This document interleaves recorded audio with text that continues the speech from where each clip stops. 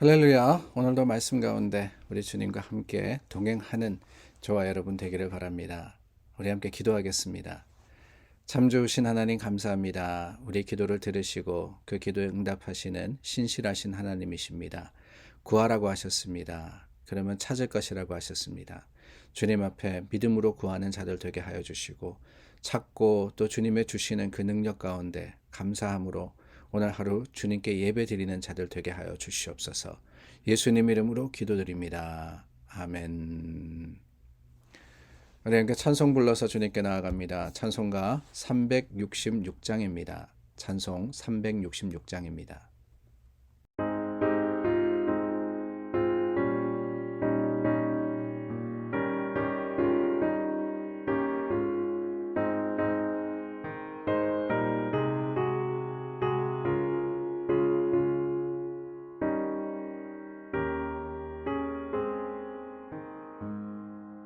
어두운 내 눈 밝히사 진리를 보게 하소서.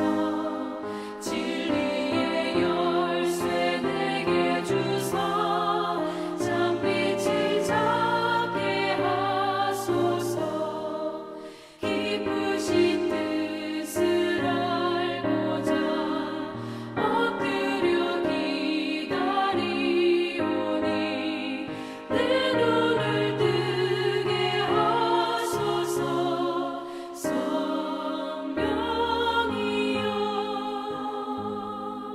막혀진 내 귀 여시사 주님의 귀한 음성을 이 귀로 밝히 들을 때에 내 기쁨 한량없겠네. 기쁘신 뜻을 알고자 엎드려 기다리오니 내 귀를 열어주소서. 성령이여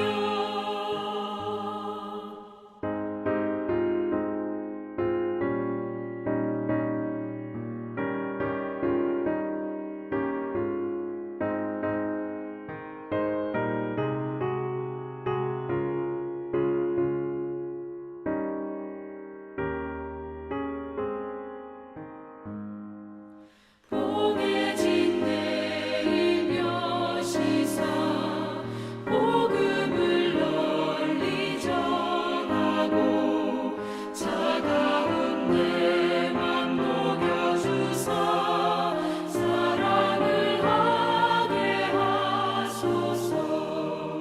기쁘신 뜻을 알고자 엎드려 기다리오니 내 입을 열어주소서. 성령이여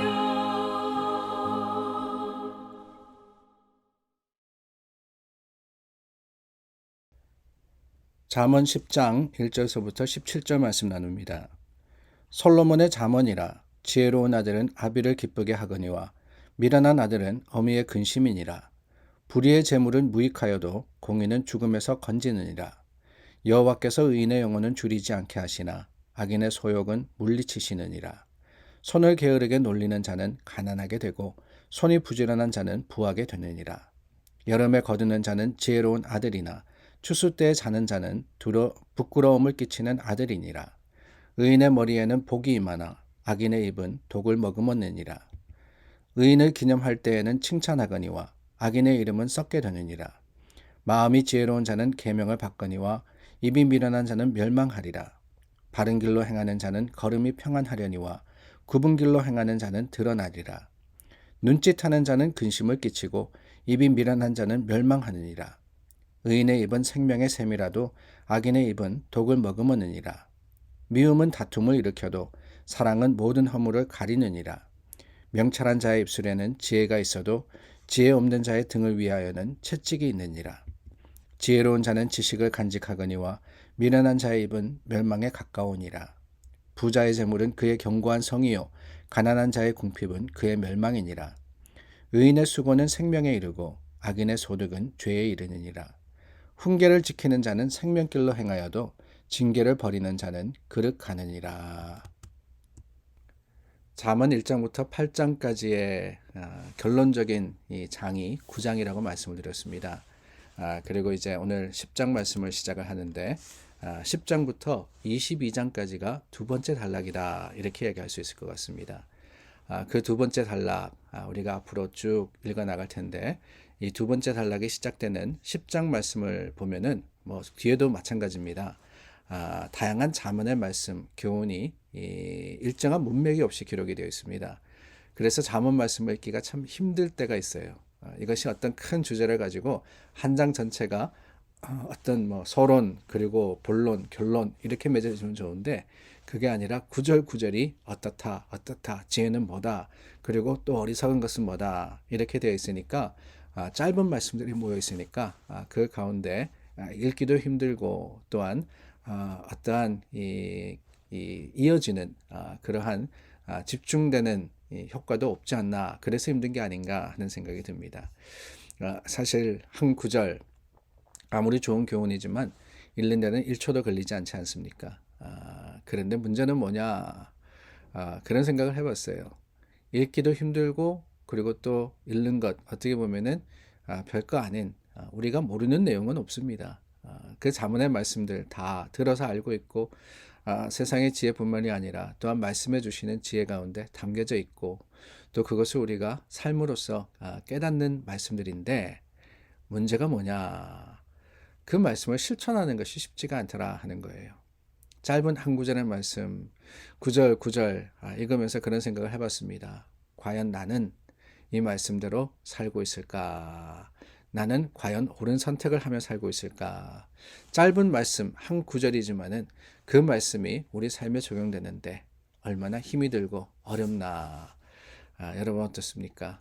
여러분들은 오늘 10장 말씀 저희가 전반부로 읽었지만은 이 말씀 속에서 어떤 생각을 하시면서 말씀을 대하셨고 그 말씀이 여러분들의 삶에 어떻게 다가왔습니까? 오늘 다시 한번 우리가 말씀을 읽으면서 그것을 행하는 믿음의 결단이 저와 여러분들에게 있기를 원하며 바로 행하는 것이 이 지혜다라고 말씀을 드렸죠.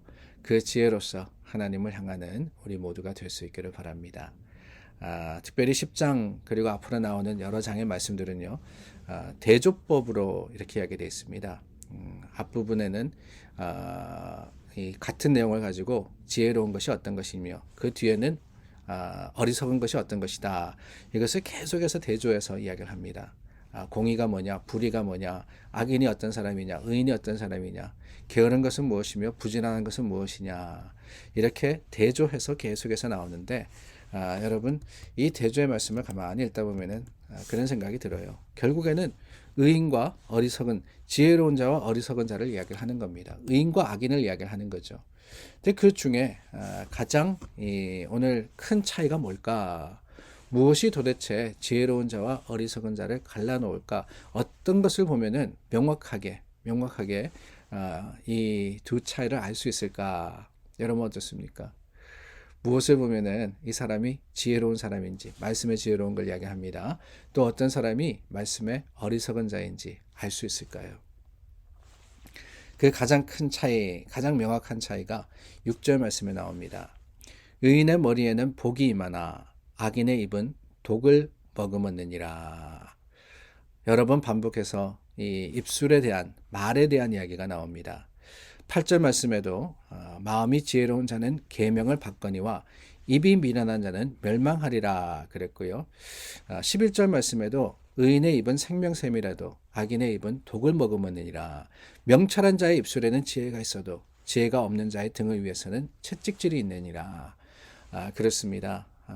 우리가 지혜로서 행할 때 그 지혜가 분명하게 드러나는 한 부분이 있는데 어디냐? 바로 입술이라고 이야기를 하고 있습니다. 입이 어떠하냐?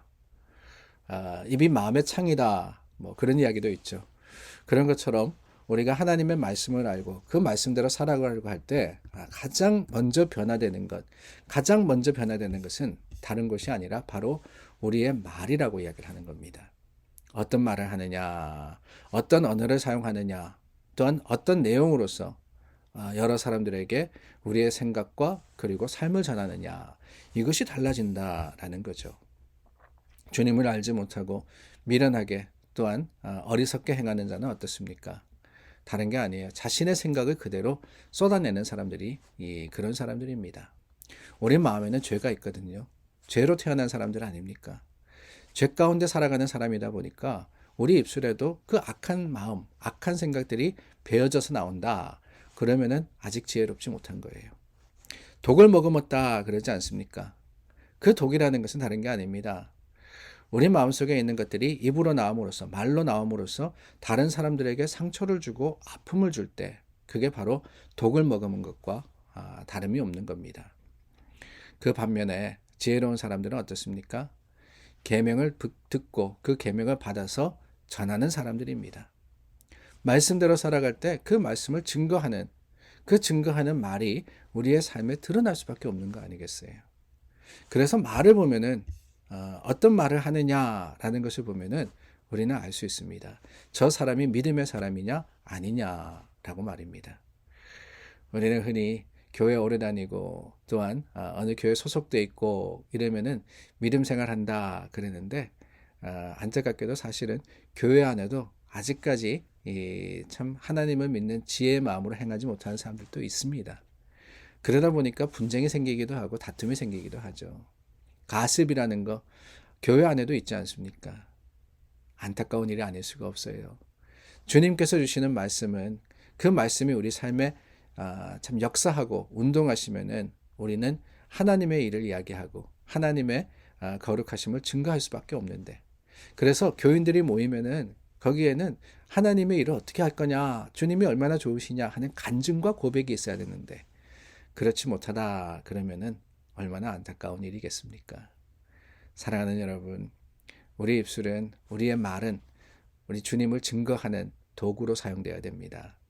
주님이 얼마나 좋으신지, 어떻게 우리 삶에 역사하셨는지를 증거하며 그 말로써 드러낼 때 주님의 말씀이 우리 가운데 살아 역사하셨음이 증거된다, 보여진다라는 것을 기억할 수 있는 저와 여러분 되기를 바랍니다. 성경은 항상 말을 조심하라, 이 혀를 다스리라 그랬어요. 오늘 저와 여러분들 우리 삶에 하나님을 경외하는 자로서, 주님의 말씀을 붙드는 자로서 우리 입술에서 늘 축복과 또한 위로와 사랑의 언어가 드러날 수 있도록 주님께 맡겨진 삶을 사는 저와 여러분 될 수 있기를 바랍니다. 기도하겠습니다. 참 좋으신 하나님, 우리 입술을 주장하여 주시고 마음을 다스리셔서 하나님 안에서 거룩한 말, 주님의 좋으심을 증거하는 말로 주님께 영광 돌릴 수 있도록 도와주시옵소서. 예수님 이름으로 기도드립니다. 아멘. 오늘도 말씀으로 하루를 시작했습니다. 그 말씀의 역사와 능력이 우리 삶에 하나님의 거룩하심을 증거하도록 기도하기를 원하며, 또한 서로를 위해서 몸이 불편하신 분, 또한 여러 가지 삶의 어려움과 힘듦으로 인해서 참 주님을 찾는 분들과 함께 하나님께 기도하는 저와 여러분 되기를 바랍니다. 기도하겠습니다.